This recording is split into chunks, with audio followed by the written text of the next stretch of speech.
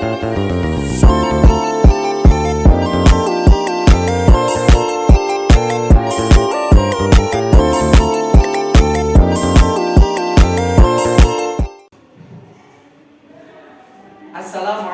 warahmatullahi wabarakatuh. Waalaikumsalam warahmatullahi wabarakatuh. Selamat pagi anak-anak.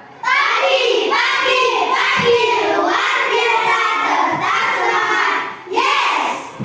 Oke, jadi tetap semangat ya. Iya, karena masih pagi. Oke, tolong salah satu anak ketua kelas menyiapkan kelasnya terlebih dahulu dengan cara berdoa.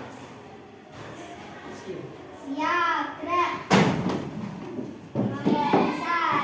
Selamat pagi Pak Zabi. Berdoa mulai. A'udzu billahi minasyaitonir rajim. Bismillahirrahmanirrahim. Raditu Billahi rabban wa bil islami dinan wa bil qur'ani imaman wa bi Muhammadin nabiyyan wa rasulan. Rabbi zidni ilman warzuqni fahma. Amin. tepuk satu, tepuk dua, tepuk tiga, tepuk empat, Konsentrasi. tepuk lima. Siap belajar. Coba saya kasih. Tepuk pagi, tepuk pagi, tepuk siang, tepuk siang, tepuk malam. Nggak ada. Oke, pintar. Tepuk malam. Malah nirukan Pak Yagi. Oke, tepuk pagi, tepuk siang, tepuk malam, tepuk malam, tepuk pagi. Oke, jadi tetap konsentrasi ya. Oke. Jadi anak-anak, pelajaran pertama kita itu sekarang pelajaran apa?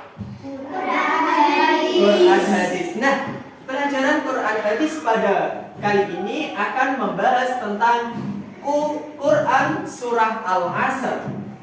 Oke, jadi tentang surah Al-Asr. Ada yang tahu ada berapa ayat dalam surah Al-Asr? Ada berapa, Mbak Sulha? Pinter. Jadi surah Al-Asr itu terdiri dari 3 ayat. Oke, saya tampilkan slide-nya. Oke. Quran surah Al-Asr. Kata Al-Asr itu memiliki arti demi masa. Masa itu artinya nama lainnya waktu. Apa? Waktu.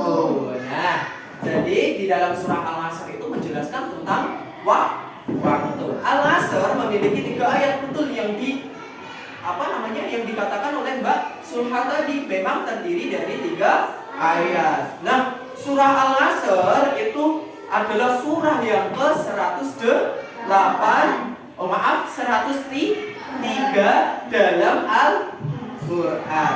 Surah Al-Asr itu diturunkan sesudah surah Al-Insyirah, dan kemudian surah Al-Asr itu tergolong dalam surah Makkiyah. Kenapa disebut dengan surah Makkiyah?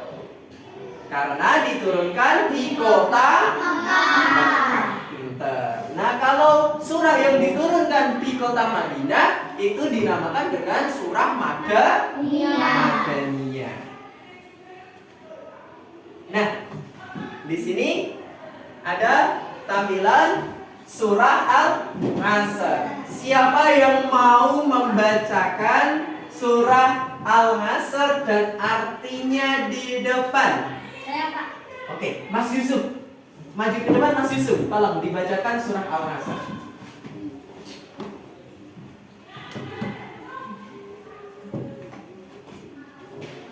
Bismillah dulu.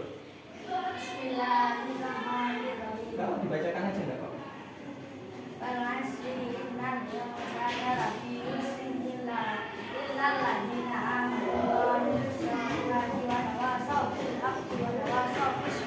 Artinya Mas Yusuf, tolong dibacakan sekalian. Sesungguhnya manusia itu dalam kerugian kecuali orang-orang yang beriman dan beramal soleh dan menetapkan pesan-pesan dengan kebenaran serta berpesan-pesan dengan sabar. Oke, tepuk tangan buat Mas Yusuf. Oke, terima kasih Mas Yusuf, tolong kembali ke tempatnya.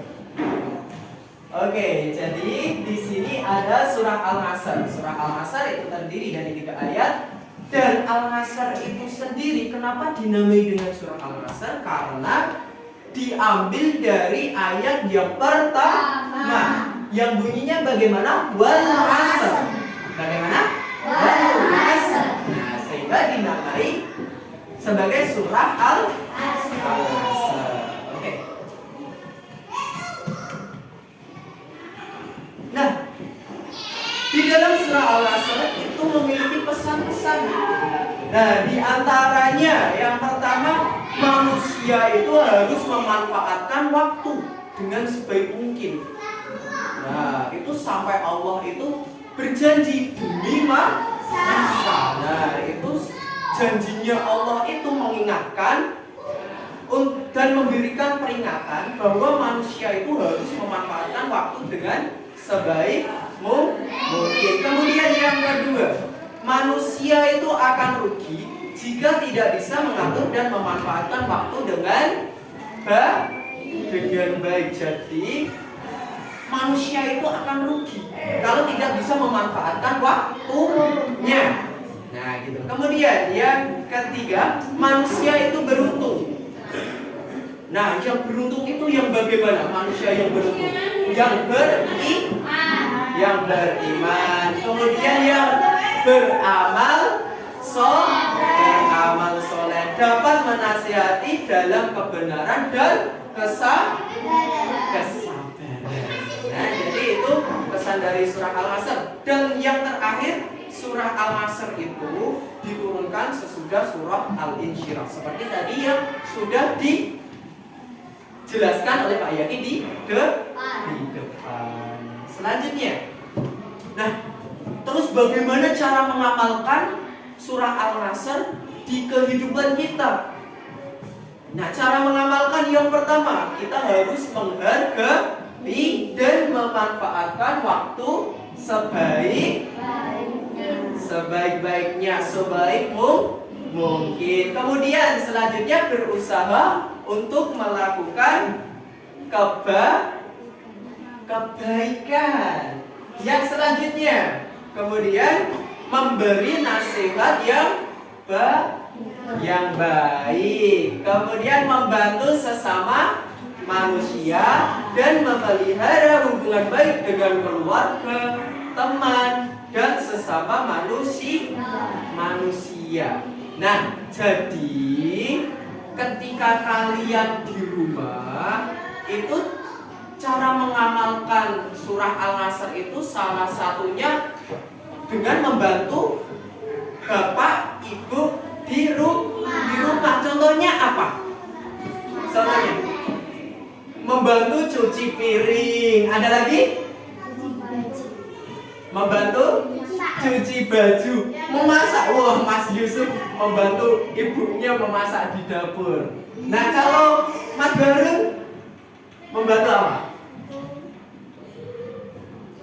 Membantu menyapu. Apa tidak pernah membantu? Ayo. Jadi pernah membantu apa? Ngelempiti. Oke, jadi membantu melipat baju. Oke, jadi kalian sudah menerapkan sebagian dari surah maser yaitu membantu sesama manusia, terutama dengan bapak ibu di rumah, karena itu wajib. Kemudian kalian itu juga harus memberi nasihat yang baik. Kalian pernah melihat teman-teman kalian berkata yang tidak baik, berkata jorok? Pernah ya? Nah, jadi kalian harus memberikan nasihat. Nah, misalnya contoh si A berkata tidak baik di depan kalian. Nah, kalian harus memberi nasihat. Contohnya, kalian memberikan nasihatnya seperti ini. Kamu itu jangan bicara kayak gitu, itu kan gak baik. Nah, contohnya seperti itu, contoh kecilnya. Nah, kayak gitu ya. Itu cara mengamalkan dari surah Al-Nasr.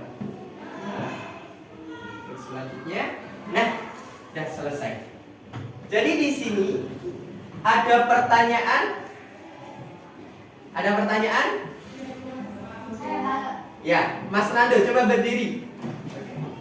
Jadi Pak, surah An-Nasr menjelaskan tentang waktu ya Pak? Ya, betul sekali. Jadi surah Al-Nasr, duduk kembali, boleh? Nah, jadi surah Al-Nasr itu menjelaskan tentang waktu. Jadi menjelaskan waktu, bahwa kita itu harus memanfaatkan waktu kita sebaik mungkin. Nah, itu dari surah Al-Nasr.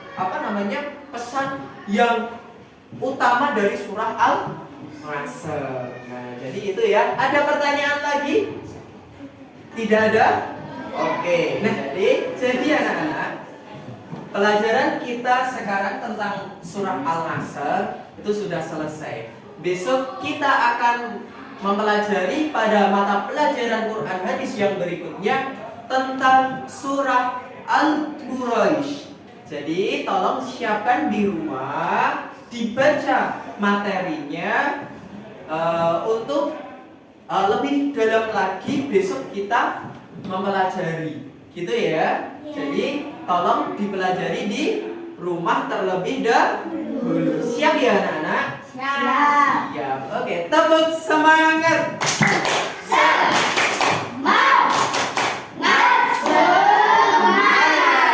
Oke, tepuk tangan buat kita semua. Saya akhiri. Walafu minkum wallahu muwaffiq ila aqwamit thoriq. Assalamualaikum warahmatullahi wabarakatuh.